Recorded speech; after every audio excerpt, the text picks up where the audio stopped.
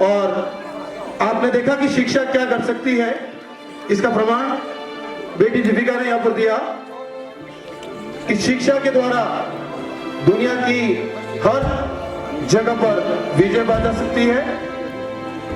पीछे कुछ साथी खड़े हैं, डूंगरपुर युवा साथियों से मेरा अनुरोध,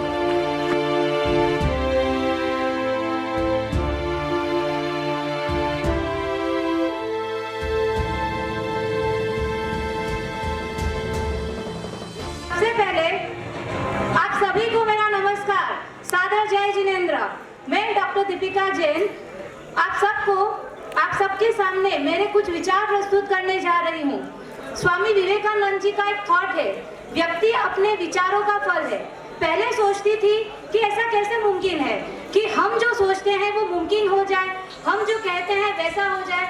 जब मैंने अपने आप को परखा तो मैंने यहाँ पर पाया कि यहाँ पर हमारे लोभों की बात नहीं हो रही है, यहाँ पे हमारी क्षमताओं की बात हो रही है। ऐसी क्षमताएं जो हमें हमारे लक्ष्य तक पहुँचाती है। अगर हमने कोई चीज अगर ठान ली तो वो जीवन में हमें अवश्य मिलती है। हमें इतना मेहनत करना है कि आगे जाके आसमान भी हमारे सामने सर झुका देता है।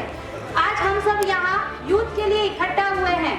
अब ये यूथ की एक शक्ति है जो कहीं ना कहीं उसकी कमजोरी भी बनी हुई है। अब कुछ पॉइंट्स के द्वारा मैं उनकी वो कमजोरियों को आपके सामने प्रदर्शित करना चाहती हूँ। पहला पॉइंट है उसका कंफ्यूजन। आज का हमारा युवा बहुत कंफ्यूजन वाला है, they are not getting their proper guidance. Second point आता है प्रेशर। प्रेशर सिर्फ भारत और पाकिस्तान की बॉर्डर के ऊपर AK-47 तनी हुई गनों के बीच में नहीं है, हर घर में AK-47 तनी हुई है। तो हमें उसके बियॉन्ड जाके प्रेशर को रिलीज करना है। थर्ड पॉइंट आता है सपोर्ट। यहाँ बैठे हुए सभी पेरेंट्स, सभी बुजुर्गों से मैं पूछना चाहती हूँ, इसमें से कौन ऐसा है जो अपने बहन, बेटी या बेटे को सपोर्ट नहीं करता है? आज की जनरेशन में मैं किसी को नहीं मानती हूँ कि जो अपने बहन, बेटी या बेटी को सपोर्ट नहीं करता है, चाहे वो मेंटली हो, फिजिकली हो या फिर फाइनेंशियली हो।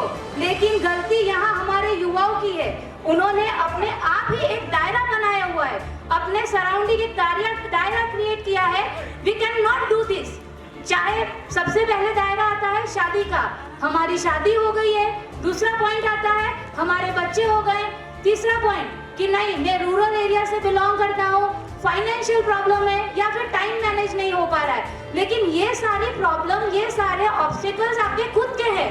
आप सबको आउट ऑफ द बॉक्स जाके सोचना चाहिए कि हम क्या कर सकते हैं। आप अपनी क्षमता को पहचानिए, आप कुछ ना कुछ नया जरूर कर सकते हैं। जब हम जन्म लेते हैं, जन्म लेने के बाद हम अक्षर सीखते हैं, अक्षर सीखने के बाद हम साक्षर बनते हैं, साक्षर बनने के बाद हम शिक्षित होते हैं और शिक्षित बनने के बाद कोविड ने हमें ई शिक्षित बनाया है। तो ये जो सफर है अक्षर से लेकर ई शिक्षित तक का, हमें अगर क्षमता है तभी तो हमने पाया है, उसके अलावा तो हम ये कर ही नहीं सकते थे।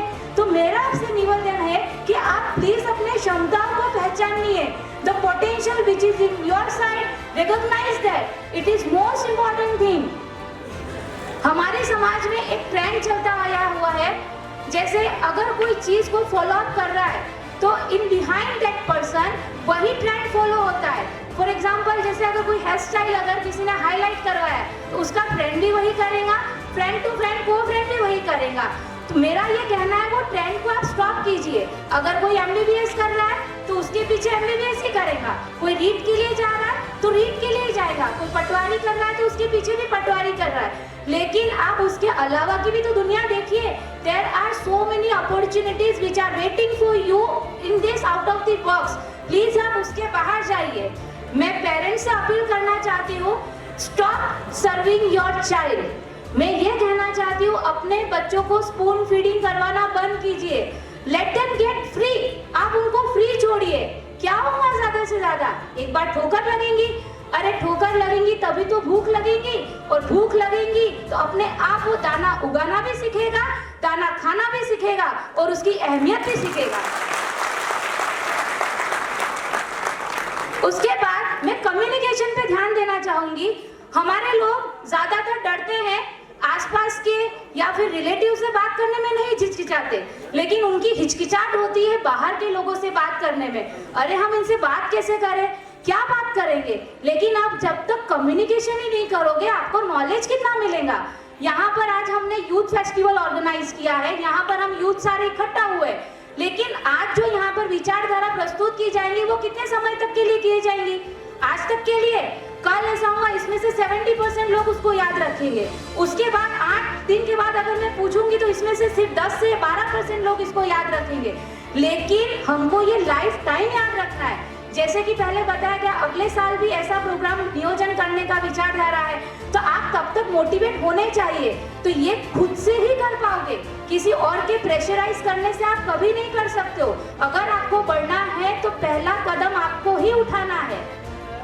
स्टीफन हॉकिंस, कितने लोग इसमें से बैठे हुए स्टीफन हॉकिंस के बारे में जानते हैं? Can you raise your hand? जिन्होंने 11th-12th पास किया है ऑब्वियसली वो स्टीफन हॉकिंस के बारे में जानते ही होंगे। वो भौतिक शास्त्र के बहुत बड़े वैज्ञानिक थे। He was physicist. उन्होंने ब्लैक होल थ्योरी के बारे में बताया था। अब स्टीफन हॉकिंस जब 21 वर्ष की उम्र हुई थी उनकी, he was belonging from very wealthy family, उनके फैमिली बहुत वेल्दी थी, लेकिन 21 साल की उम्र में उनको मोटर न्यूरॉन नाम की डिजीज हो गई थी। और उस डिजीज में क्या होता है, जो हमारे बॉडी के पार्ट्स है वो धीरे धीरे पैरालाइज्ड होने शुरू हो जाते हैं। और एक समय ऐसा आया उनके जीवन में कि बॉडी के सारे पार्ट्स डैमेज हो चुके थे, सारे पैरालाइज हो चुके थे, सिर्फ उनका दिमाग वर्क कर रहा था। लेकिन उन्होंने अपनी इस बीमारी को अपनी कमजोरी नहीं बनने दिया, उस बीमारी को उन्होंने अपनी ताकत बनाया। और ताकत बनाने के बाद उन्होंने अपना PhD कंप्लीट किया। और कंप्लीट करने के बाद ब्रह्मांड में एक केंद्र बिंदु है और उस बिंदु का नाम है ब्लैक होल थ्योरम। और उस थ्योरम का इन्वेंशन किया जो हमारे फिजिक्स के लिए आज एक बेसिक कंसेप्ट बन चुका है। मैंने देखा है वो लोगों को भी जो ये कहते हैं कि सब कुछ पहले से तय है और उसे बदलने के लिए हम कुछ नहीं कर सकते, लेकिन वो लोग भी सड़क पार करने से पहले इधर या उधर जरूर देखते हैं। महिलाओं के लिए मैं कुछ कहना चाहती हूँ। शादी एक खूबसूरत सा सफर है, प्लीज आप उसको एक अपनी बॉन्डिंग मत बनाइए। बच्चे हमारी जिम्मेदारी है, हमारे परिवार के प्रति हमारी जिम्मेदारी है। आप उसकी स्ट्रेंथ पहचानिए, उस ताकत को साथ में लेके चलिए। जब तक आप परिवार के साथ मिलकर कामयाबी की बुलंदियों को छूते हैं तब तक वो कामयाबी और भी ज्यादा सुंदर हो जाती है। ए नारी, तू इतनी कमजोर मत बन कि तुझे जिंदगी जीने के लिए किसी के सहारे की जरूरत पड़े, बल्कि तू इतनी मजबूत बन कि किसी और को तेरे साथ की जरूरत पड़े। इस यूनिवर्स के दो पहलू है, पुरुष और स्त्री। जब तक मेरा मानना है अभी तक सिर्फ 50% ही माइंड यूज होता है इस यूनिवर्स को डेवलप करने के लिए। जरा सोच के देखिए, अगर 100% अगर माइंड यूज हुआ तो इस ब्रह्मांड का चित्र कितना सुंदर होगा। अब मैं आप लोगों के सामने कुछ ऐसी स्कीम्स बताना चाहती हूँ, ऐसी फील्ड्स बताना चाहती हूँ जिसमें हमारे लोगों को आगे बढ़ना चाहिए।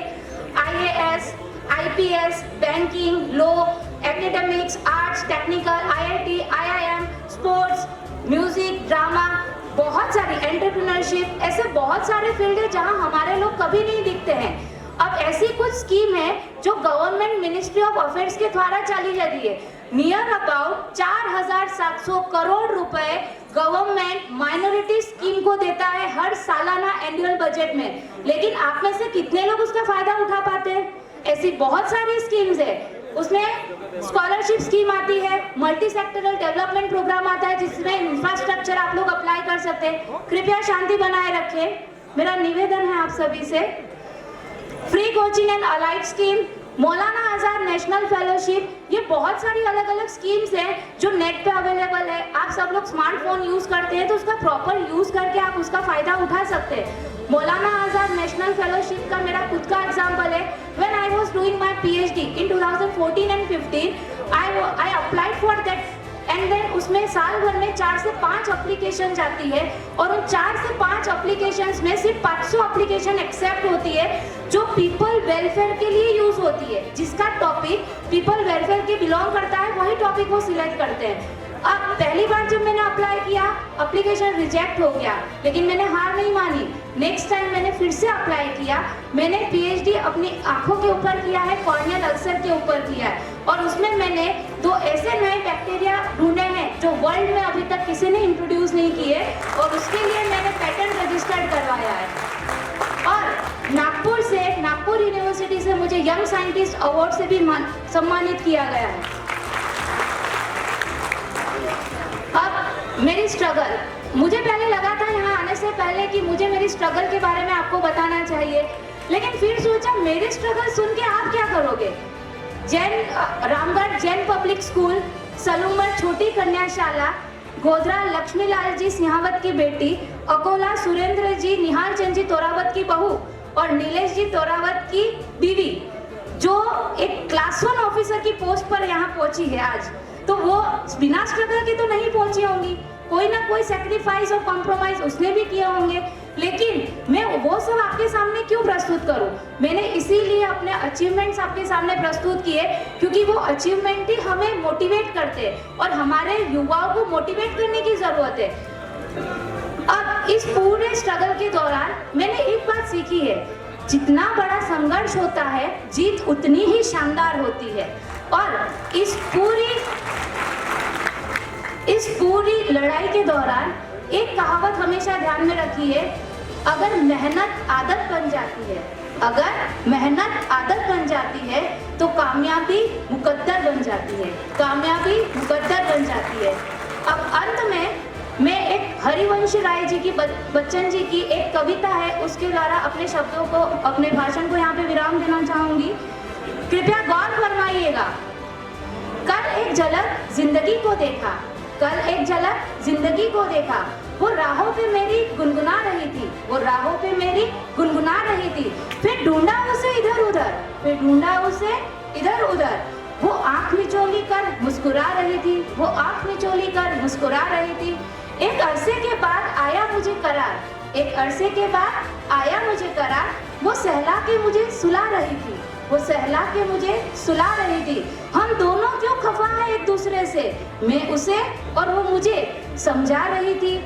मैंने कुछ पूछ लिया, क्यों इतना दर्द दिया कमबख्त तूने दर्द दिया। वो हंसी और बोली, मैं जिंदगी हूँ पगली, तुझे जीना सिखा रही थी।